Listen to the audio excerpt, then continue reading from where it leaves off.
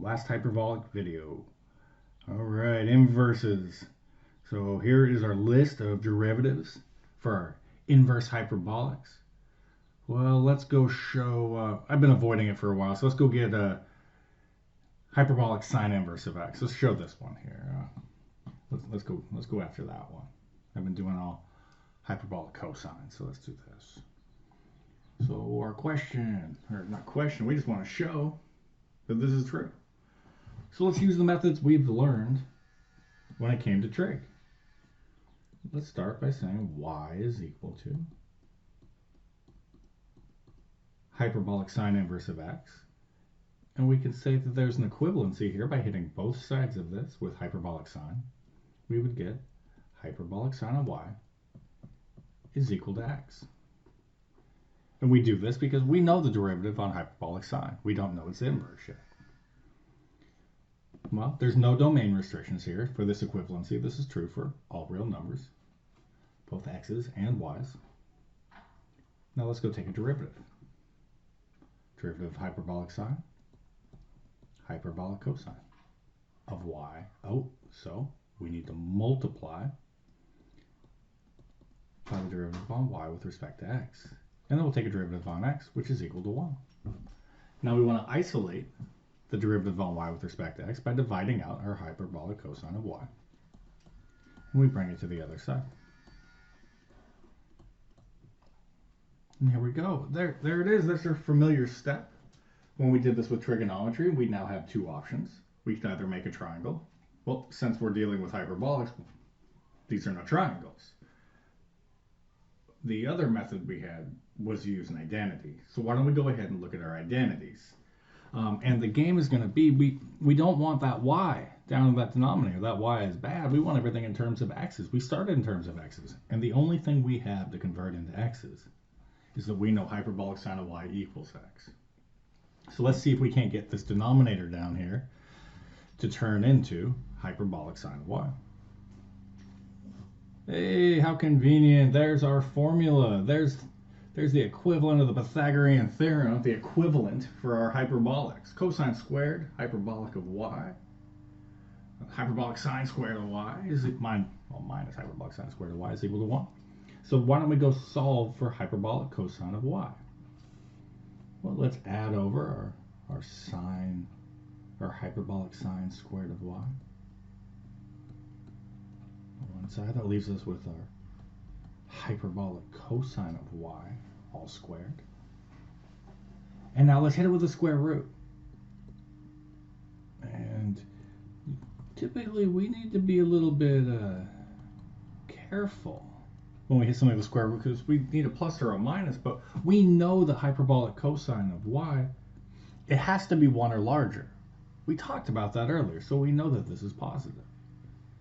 Well, shoot, there's that hyperbolic cosine of y. And then there's that one, hold on. Hyperbolic cosine of y. We said this, so this is 1 plus, and there's that thing we've been trying to change, right? Hyperbolic sine of y is equal to x. We can just pop in the x. And there we be.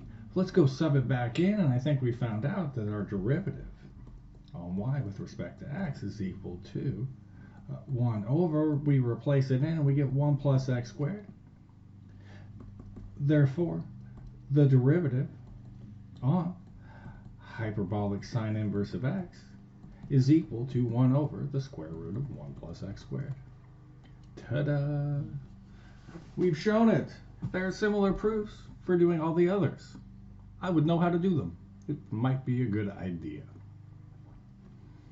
Now let's do one last little thing before we go. And let's do this messed up little problem. In class, I wouldn't have done this to you because stress and just what you see. So let's just show you what I mean by this. So let's go find the derivative on hyperbolic tangent inverse of sine of x. And this is in your textbook. This is actually example 5 on page 264. Now, since we're just learning this stuff, well, I prefer to write them out like this. just with a y, and then at the end I can go and figure out what this derivative is. Now we don't know our hyperbolic tangent inverse yet, do we? The derivative? We just started it, so let's scroll up and see what it is. What do we got? And it's 1 over 1 minus x squared. It's like just the signs are all different.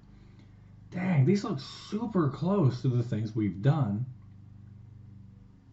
in trigonometry, but they're all off by like a little sign. You got to be really careful with these. Okay, so here we go. Let's take our derivative. Y prime, and then we get 1 over, and that said, what was that again? 1 minus x squared? So it's 1 minus whatever's in the argument squared. Well, what's in the argument is sine. And this is sine of x. This is not sine hyperbolic. There's no h on it. That's why I wouldn't do that to you in a class. Outside of a class, you're at home, I might be a dick about it. You know what I mean? Well, let's continue on. We got to do the chain, because the derivative of sine is cosine of x. All right, so now what do we got? We got, that's cosine of x over 1 minus sine squared of x. And that's equal to, well, 1 minus sine, we know that. That's cosine squared of, oh, geez, this simplifies down quite nicely. We lose the square, and I think we're just left with 1 over cosine of x.